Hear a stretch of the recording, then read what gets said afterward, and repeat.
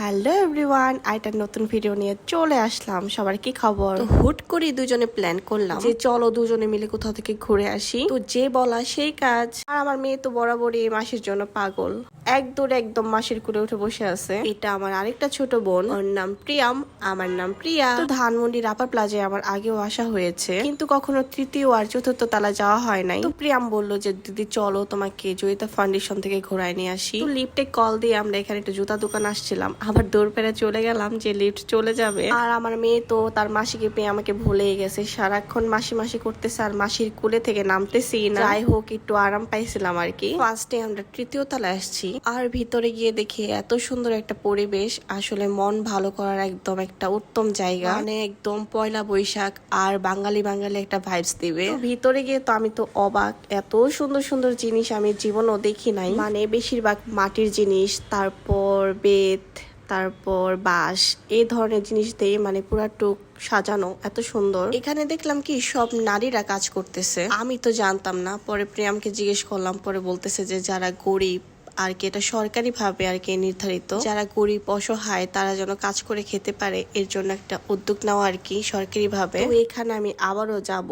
তো আমার মেয়ে তো অনেক কিছু নিয়ে ফেলতেছে। আর এখানে যে নারীরা কাজ করতেছে তাদের এত সুন্দর ব্যবহার, আসলে তাদের দেখেই বোঝা যায় যে তারা আসলে কতটা সরল। আর এখানকার খাবারের জিনিসগুলা না তাদের হাতেই তৈরি। তো আমি আবার সবগুলাই দেখতেছিলাম আর অনেকগুলাই নিয়ে আসছি।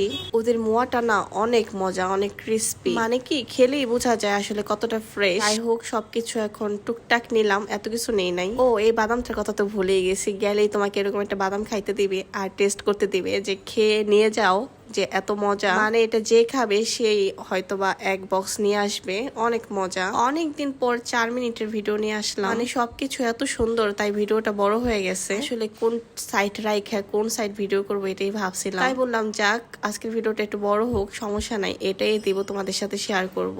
তোমরাও যেতে পারো রাপা প্লাজায়, জয়িতা ফাউন্ডেশনে, তোমাদের সবকিছুই ভালো লাগবে। এই সব সাইড তো দেখানো হয়ে গেছে, এখন যাব খাওয়ার স্টলে। মানে খাবার দাবার এত আইটেম, মানে ওদের নিজের হাতে তৈরি সব। টুকটাক কিনছি, এখন এক জায়গায় পে করতে হবে। আর এখানে অনেক সুন্দর সুন্দর লেখা ছিল, তোমাদের দেখাচ্ছি কত সুন্দর সুন্দর, মানে অনেক অনেক অনেক সুন্দর সুন্দর কথাবার্তা লেখা। এর মাঝে কিন্তু আমরা আবার খাবার অর্ডার দিছিলাম টুকটাক, মানে চা খাবো। এখানে একদম মানে ঘরের খাবার, ঘরে আমরা যেভাবে রান্না করি একদম সেম টু সেম এরকম করে রান্না করা এখানে। আর এখানে বসার পরিবেশটা অনেক সুন্দর, মানে নিচেও বসতে পারবে, উপরে বসতে পারবে, মানে যার যেখানে ইচ্ছা সেখানেই বসতে পারবে। বসে একদম আড্ডা দেওয়ার মতো একটা জায়গা। আর চাটা ছিল একদম সেরা, সাথে আমরা সিঙ্গারা পকোড়া এগুলো নিয়েছিলাম। তো আজকে আমার মেয়েটা খুবই খুশি হয়েছে, অনেকদিন যাবত কোথাও যায় না, আর আমার ছেলেটাকে নিয়ে আসলে হয়তো আরো ভালো লাগতো। আর না পরের বার আমরা সবাই আসবো। এখন আমরা চলে যাব চতুর্থ তলায়। চতুর্থ তলায়ও এত সুন্দর পরিবেশ যে এখানেও তোমার ভালো লাগবে। আর এখানেও মানে হাতের কাজের জিনিস, মানে শাড়ি, কুর্তি, ড্রেস সবকিছু। আর আমার মেয়ে তো ফাঁকা পেয়ে একদম ঘোরাফেরা দৌড়াদৌড়ি করা শুরু করে দিচ্ছে। আর আমি তো শাড়ি চয়েস করে রাখছি যে পরবর্তীতে এই শাড়িটা আমি কিনবই। মানে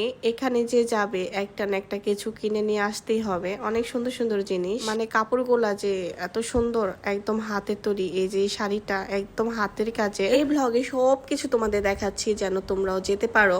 আমি চাই তোমরা গিয়ে এখানে শপিং করো। প্রিয়াম শাড়ি কিনবে, ওর জন্যই দেখছিলাম। শাড়ি পছন্দ করে রেখে এখন আমরা দেখি কুর্তি পছন্দ হয়েছে দুজনের জন্য, আর আমরা দুজনে দুইটা কুর্তি নিয়ে নিলাম। এটা পরে আমরা একদিন ঘুরতে যাব, তার জন্য নিচ্ছি। কোথায় ঘুরতে যাব এটাও তোমাদের সাথে শেয়ার করব। তো এখন প্রায় 9টার মতো বেজে গেছে, অনেক রাত হয়ে গেছে। অবশ্য আমরা বেরিয়ে হয়েছি 6:30টার সময়। তো আমার ব্লগটি কার কেমন লাগলো প্লিজ কমেন্টে জানাবেন। তো আজকের মতো এ পর্যন্তই, ভালো থাকবেন, সুস্থ থাকবেন, বাই বাই।